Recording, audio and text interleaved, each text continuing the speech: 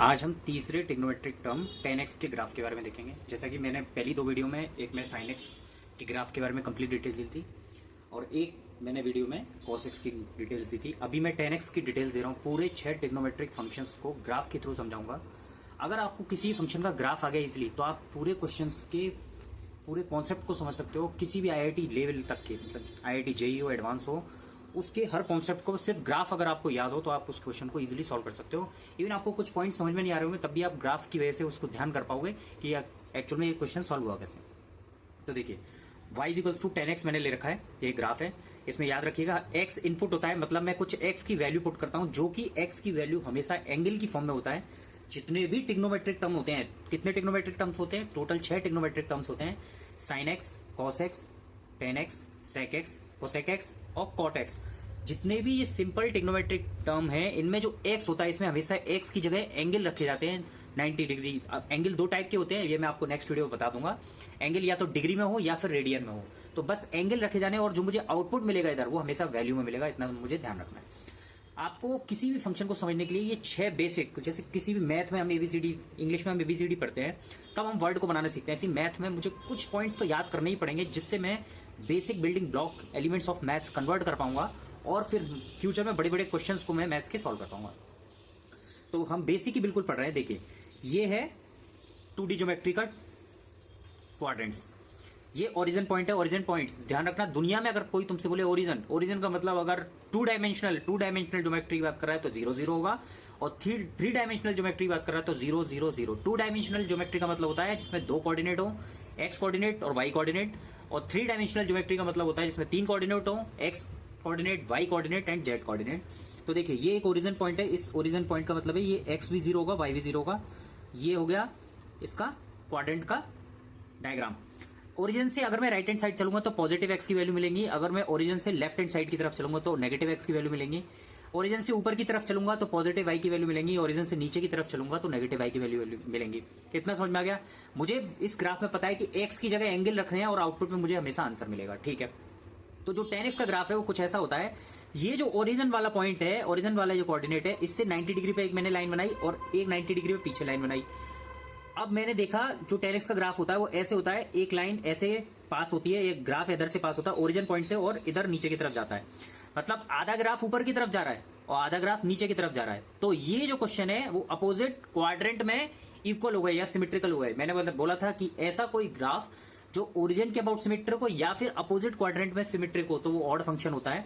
तो मैं अगर ओरिजिन पे खड़ा हो जाऊं, ओरिजिन के इस क्वाड्रेंट और इस क्वाड्रेंट, ये अपोजिट क्वाड्रेंट हो गए ना एक दूसरे के लिए, ये सेम क्वाड्रेंट हो गए अगल बगल के, लेकिन ये अपोजिट क्वाड्रेंट में, अगर कोई ग्राफ अपोजिट क्वाड्रेंट में एक जैसा हो जाता है तो वो फंक्शन ऑड फंक्शन होता है। पहला पॉइंट क्लियर हो गया। तो 10x कैसा फंक्शन हो गया? एक ऑड फंक्शन हो गया। इधर लिख लो 10x एक कैसा फंक्शन है? ऑड फंक्शन हो गया। पहला पॉइंट क्लियर हो गया। दूसरा, ये जो ग्राफ है 0,0 से अगर मैं 90 डिग्री तक जाता हूं तो देखो ये जो ग्राफ जा रहा है ये इस 90 डिग्री वाली लाइन से कभी टच नहीं हो रहा, इसमें गैप है। याद रखिएगा, आपका यही पॉइंट है कि अगर मैं x की वैल्यू π/2, याद हो आपको वैल्यू, अगर मैं एक tan 90 की वैल्यू लिखूं तो tan 90 की वैल्यू होती कितनी है? 90 डिग्री। अगर tan 90 डिग्री होती है तो इन्फिनिटी वैल्यू होती है, मतलब 90 डिग्री पर हम वैल्यू नहीं निकाल सकते।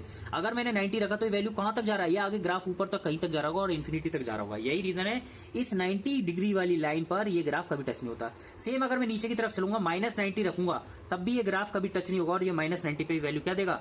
इन्फिनिटी देगा माइनस की। तो ये कॉन्सेप्ट समझ में आ गया। अच्छा, ये एक पीरियडिक फंक्शन है। 10x कैसे पीरियडिक फंक्शन है? देखो ये जो ग्राफ है ये 90 इस तरफ है और 90 इस तरफ है, टोटल कितना हो गया? 180 डिग्री, मतलब पाई। और जैसा ये ग्राफ है थोड़े समय के बाद भी ये ऐसा ही ग्राफ बन रहा है, आगे भी ये ऐसा ही ग्राफ बनता रहेगा। कहने का मतलब ये है कि 10x एक ऑड फंक्शन है, 10x एक पीरियडिक फंक्शन है। पीरियडिक फंक्शन कौन से फंक्शन होते हैं? पीरियडिक फंक्शन वो फंक्शन होते हैं जो कुछ समय अंतराल के बाद अपनी सेम एक जैसी शेप को ले आए, एक जैसी वैल्यू को ले आए। तो जैसे मैं यहां से यहां पर गया ओरिजिन पर तो 90 डिग्री इसने इधर कवर करा और 90 डिग्री इधर कवर करा, ये खत्म हो गई वैल्यू। टोटल कितना? 180 डिग्री। अब मैंने इधर जो लाइन बनाई थी ये π/2 वाली, इससे भी 180 डिग्री पर एक पॉइंट बनाया। पाई में अगर π/2 में अगर पाई ऐड करूं, 1 रुपए में अगर आधा रुपया और ऐड कर दूं तो कितना हो गया? 1.5 रुपया। तो ये π/2 में अगर मैं पाई ऐड कर दूंगा तो ये वाला पॉइंट हो गया 3π/2। 3π/2 के जस्ट बीच में जो पॉइंट होगा पाई, कहने का मतलब यह है कि एक और बार ये ऐसे ही ग्राफ जाएगा, ऐसे ही ये ग्राफ लगातार आगे पीछे दोनों तरफ चलता रहेगा, मतलब ओरिजिन के इस तरफ भी इसी तरीके से चलेगा और इस तरफ भी ऐसे ही चलेगा। तो 10x एक ऑड फंक्शन हो गया, 10x एक पीरियडिक फंक्शन हो गया, जिससे इसका पीरियड कितना है पाई। पाई पीरियड की जो वैल्यू है, ये जो पाई है इसकी टोटल ये जो वैल्यू है वो पाई है। ये पाई वैल्यू को after interval of pi time he repeat कर रहा है। 10 बाय प्लस में पाई बाई 2 ले लो या माइनस में पाई बाई 2 ले लो, इसकी वैल्यू क्या होती है इन्फिनिटी। ऐसी 3 पाई बाई 2 पे भी इसकी वैल्यू क्या होगी इन्फिनिटी, माइनस 3 पाई बाई 2 पे भी इसकी वैल्यू क्या होगी माइनस के इन्फिनिटी। तो मुझे एक क्वेश्चन ये पता चल गया। अच्छा इसमें क्या वैल्यू लिख सकता हूं इसमें मैं वैल्यू लिख, अच्छा डोमेन क्या होता है, अब इसका देखते हैं डोमेन क्या होता है। डोमेन होता है एक्स एक्सिस की वैल्यू और रेंज होता है वाई एक्सिस की वैल्यू। तो 10x एक ऑड फंक्शन हो गया, इसका ओरिजिन 0 0 होता है। 10x का एक पीरियडिक फंक्शन होता है, 10x का पीरियड पाई होता है। अब इसकी डोमेन देखेंगे तो डोमेन क्या है इसकी, डोमेन है इसकी मैं x में इसमें ग्राफ में कोई भी वैल्यू लिख सकता हूं। सिर्फ कौन कौन सी वैल्यू नहीं लिख सकता, प्लस पाई बाई 2 नहीं लिख सकता। प्लस पाई बाई 2 क्यों नहीं लिख सकता, डोमेन का मतलब है ऐसी वैल्यू जो हम कैलकुलेट कर सकते हैं। प्लस पाई बाई 2 का मतलब होता है 90 डिग्री। अगर 10 में मैं 90 डिग्री रखता हूं तो 10 90 की वैल्यू क्या होती है, 10 90 की वैल्यू होती है इन्फिनिटी। तो इन्फिनिटी तो मुझे नहीं मिल पाएगा, क्योंकि इन्फिनिटी एक ऐसा नंबर है जिसको मैं पहुंच नहीं सकता। हो सकता है एग्जिस्ट करता हूं लेकिन मैं उस नंबर तक पहुंच नहीं सकता। तो डोमेन में सारे रियल नंबर्स होते हैं, तो pi by 2 plus pi by 2 minus pi by 2 फिर आगे 3 पाई बाई 2 माइनस का 3 पाई बाई 2, इस टाइप के नंबर को छोड़कर आर माइनस लिखा हुआ है मैंने। इसका मतलब है कि ऑल रियल नंबर में से ये वाले नंबर हटा दो तो मुझे वो सारी की सारी वैल्यूज की डोमेन में आ गई। अब रेंज में देखो मुझे पता था कि मैं कुछ भी वैल्यू लिखूं, 0 से ऊपर तक मुझे पूरे ग्राफ में सारी वैल्यू मिल रही है और 0 से नीचे तक भी वैल्यूज, मतलब वाई पर देखो, वाई पे ये भी वैल्यू है, इधर भी वैल्यू मिल रही है, इधर भी वैल्यू मिल रही है, इधर भी वैल्यू। सपोज करो इधर वाई का कोई पॉइंट रखा तो इस पे वाई की वैल्यू कितनी है, ये है। तो इसमें पूरा माइनस इंफिनिटी से लेकर प्लस इंफिनिटी तक हर पॉइंट पर एक वैल्यू मिल रही है। तो इसकी रेंज माइनस इंफिनिटी से लेकर प्लस इंफिनिटी तक हो गई। 10x का एक बेसिक फॉर्मूला क्या होता है, sin x upon cos x होता है। 10x को अगर मैं किसी भी ट्राइंगल से निकालूंगा तो फॉर्मूला होता है परपेंडिकुलर अपॉन बेस, इसको हिंदी में लंब बटे आधार भी बोलते हैं। अब देखते हैं ट्राइंगल में अगर मुझे किसी में भी 10x का फॉर्मूला निकालना है तो देखो ये ट्राइंगल है ABC, इसमें याद रखिएगा किसी भी ट्रिग्नोमेट्री आइडेंटिटी लगाने के लिए किसी भी ट्राइंगल के अंदर उसमें एक एंगल 90 डिग्री होना ही चाहिए। तो ये 90 डिग्री हो गया और ये 10 मुझे इसमें 10x की वैल्यू निकालनी है तो ये हो गया एंगल। अब इसमें बेस कहां है और परपेंडिकुलर कहां है, बहुत सारे बच्चों को कंफ्यूजन रहता है। तो ध्यान रखना एंगल जिस साइड से बन रहा है वो साइड बेस होती है और सामने वाली जो साइड होती है वो परपेंडिकुलर होती है। तो 10x की वैल्यू निकाली तो परपेंडिकुलर क्या होगा AC, तो AC अपॉन बेस क्या है इसका BC, ये BC। तो 10x की वैल्यू AC अपॉन BC हो गई। दोस्तों अगर वीडियो पसंद आई हो तो लाइक करें, सब्सक्राइब करें। Thanks for watching my videos.